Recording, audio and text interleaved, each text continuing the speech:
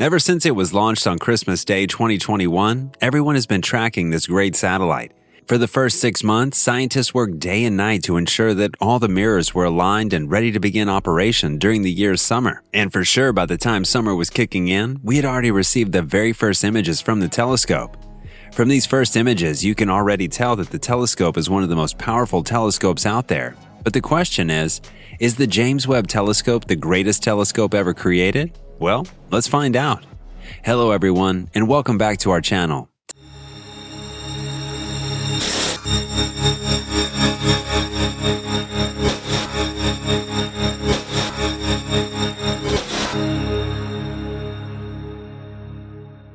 Today we'll look at whether the James Webb Telescope is the greatest telescope ever created. But before we dive into that, make sure that you leave a like and subscribe to our channel for nothing but the best updates on what's going on in space. And with that, let's find out whether it's true that the James Webb Telescope is the greatest telescope of all time. One thing that we cannot doubt is that the James Webb Space Telescope is by far the most powerful telescope that's ever been developed in the history of space exploration. Since its launch, the James Webb Telescope has been said to be a replacement for the Hubble telescope, but NASA, the space agency behind the telescope, prefers to refer to it as its successor. And this is the truth. The Webb telescope is just a successor to the Hubble telescope. It is here to take over from where the Hubble telescope has already explored. In fact, there will be times when it will be looking into what the Hubble telescope has already discovered, but the Webb telescope will get into deeper detail. Thanks to what the Hubble telescope has discovered so far, scientists have been inspired to look into longer wavelengths as they go beyond what the Hubble Space Telescope has already looked into. For better understanding, distant objects are more highly redshifted, and their light has been pushed from the UV and optical into the near infrared. Because of this, for them to observe distant objects, such as the very first galaxies that were formed in the universe, they would require an infrared telescope. This is one of the reasons that the James Webb Telescope is not a replacement for the Hubble, but rather a successor. These two telescopes have different capabilities. The Webb Telescope will mainly be looking into the universe in the infrared spectrum. At the same time, Hubble mainly studies it primarily at the optical and ultraviolet wavelengths, even though it has some infrared capability. In addition to that, the Webb Telescope also has a much larger mirror than the Hubble telescope.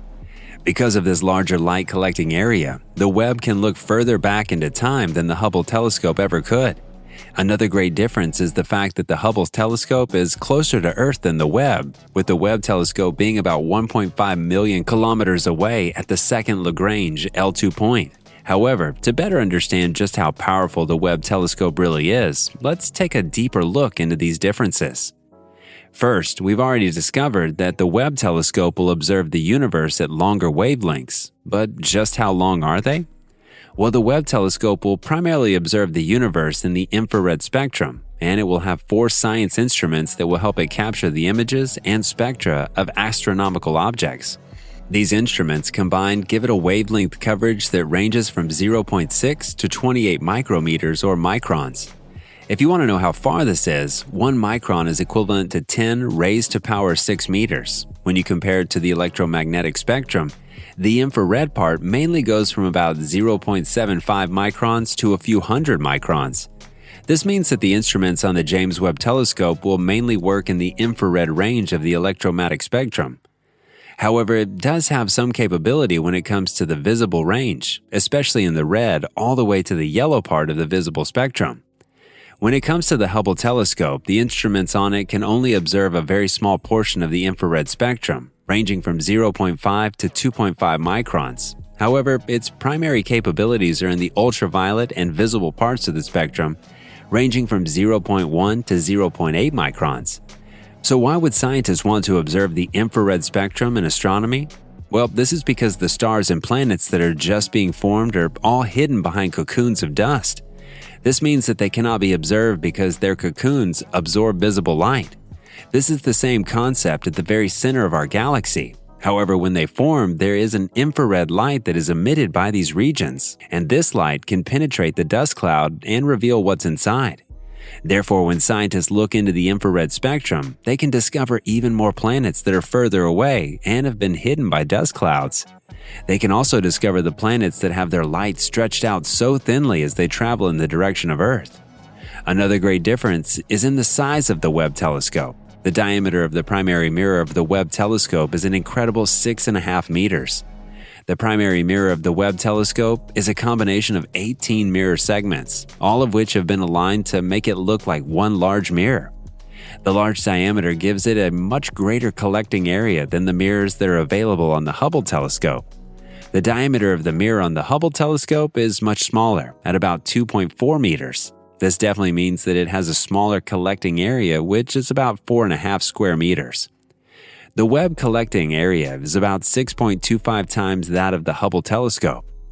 Given that the Webb telescope has a larger collecting area, then that simply means that the Webb telescope will be taking images that have a higher resolution than that of the Hubble telescope. It will even have better spatial resolution than what the infrared Spitzer Space Telescope could offer. The Webb telescope will also be stretched out by about 22 meters by 12 meters, mainly because of its sun shield. The sun shield alone is the size of a tennis court. Another factor that shows you just how powerful the James Webb Telescope really is how far it can see. You see, because of the time that it takes light to travel, if an object is further away, then it means that we're looking further back in time. Basically, the Hubble telescope mainly sees the newer galaxies, while the Webb telescope mainly looks at some of the older galaxies. One of the reasons that the James Webb Telescope can see the very first galaxies is that it observes the infrared spectrum. It is in fact that the universe as we know it and all the galaxies in it are still expanding. Therefore, when we talk about the most distant objects, we have to apply Einstein's general relativity. It states that the expansion of the universe means it is the space between objects that actually stretches, causing objects, which in this case are galaxies, to move away from each other. Furthermore, any light in the space will also stretch, shifting that light's wavelength to longer wavelengths. Because of this, the distant objects are very dim or even invisible at visible wavelengths of light. This is mainly because light reaches us as infrared light. This is why some of the infrared telescopes, such as the Webb telescope, are ideal for observing these early galaxies. However, the James Webb Space Telescope is not the first infrared telescope to ever be made. There was also Herschel Space Observatory, which was an infrared telescope that was built by the European Space Agency. The Space Observatory was also orbiting the L2 point, which is where the Webb telescope is. But why is it that the Herschel telescope was not as powerful as the Webb telescope? This is because the greatest difference between these two telescopes is the wavelength range. The Webb telescope has a range of 0.6 to 28.5 microns, while the Herschel telescope has a range of 60 to 500 microns. In addition to that, the Webb telescope is also larger compared to the Herschel telescope, with a mirror size of about 6.5 meters, while Herschel was 3.5 meters. The difference in the wavelength ranges was because of the different missions that the two had. The Herschel telescope was primarily focused on some more extreme and active star-forming galaxies, which emit the majority of their energy in the far infrared spectrum. On the other hand, the Webb telescope is primarily interested in discovering the first galaxies to form in the early universe, which requires extreme sensitivity in the near-infrared.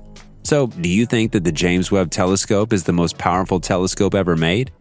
Feel free to let us know in the comments section below. Also, make sure you leave a like and subscribe to our channel for more updates on what's going on in space. Thanks for watching, and I'll see you in the next one.